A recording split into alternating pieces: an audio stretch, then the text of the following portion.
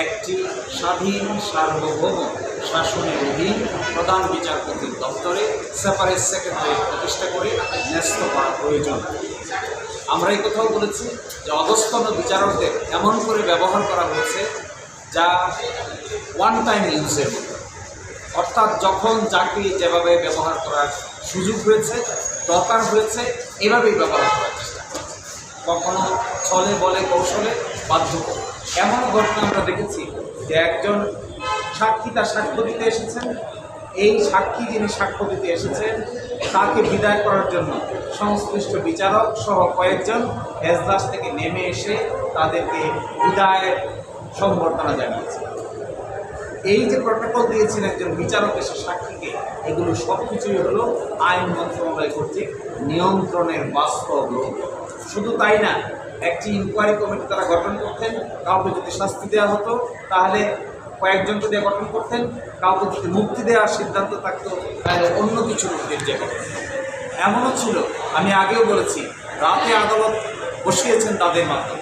নির্বাচনের আগে কিছু বিচারককে সারা দেশ থেকে চুজ করে ঢাকায় নিয়ে আসা হয় যেন গুরুত্বপূর্ণ ব্যক্তিদেরকে রাজনৈতিক মামলায় দ্রুত সাজা দেওয়া হয়। একদিনে 17 জন পর্যন্ত সাক্ষী নিয়ে তারা এই কাজ করে। ফলে আদালতের সামনে এটি ক্লিয়ার যে দ্বৈত শাসন ব্যবস্থা থেকে একটি সুনির্দিষ্ট স্বাধীন সার্বভৌম বিচার ব্যবস্থা গড়ে তোলা এখনই মুখ্যম সময়, এবং এটি যদি এখন করা যায় তবেই বাংলাদেশের ইতিহাসে সবচাইতে গুরুত্বপূর্ণ ঘটনা এখনই ঘটানোর খুব গুরুত্ব রয়েছে।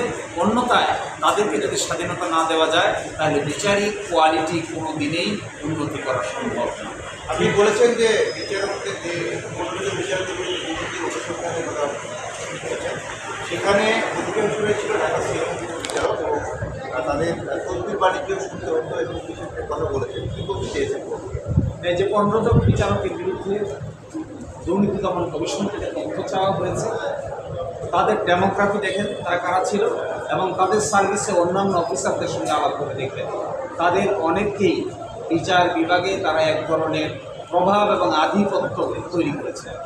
এই প্রভাব এবং আধিপত্য খরচ করে কিংবা এই প্রভাব এবং আধিপত্য খাটিয়ে তারা বদলি, পদোন্নতি, এমনকি শৃঙ্খলা বিধানের পর্যন্ত গুরুত্বপূর্ণ বিষয়ে প্রভাব খাটিয়েছে।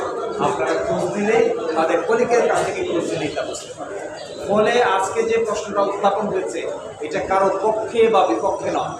আজকে যে প্রশ্ন উত্থাপন করা হয়েছে এটি হলো এই দেশের মানুষের বিচারিক যে অধিকার আছে, বিচার পাওয়ার অধিকার, স্বাধীন সার্বভৌম আদালত কর্তৃক বিচার পাওয়ার অধিকার, এই অধিকার নিশ্চিত করার জন্য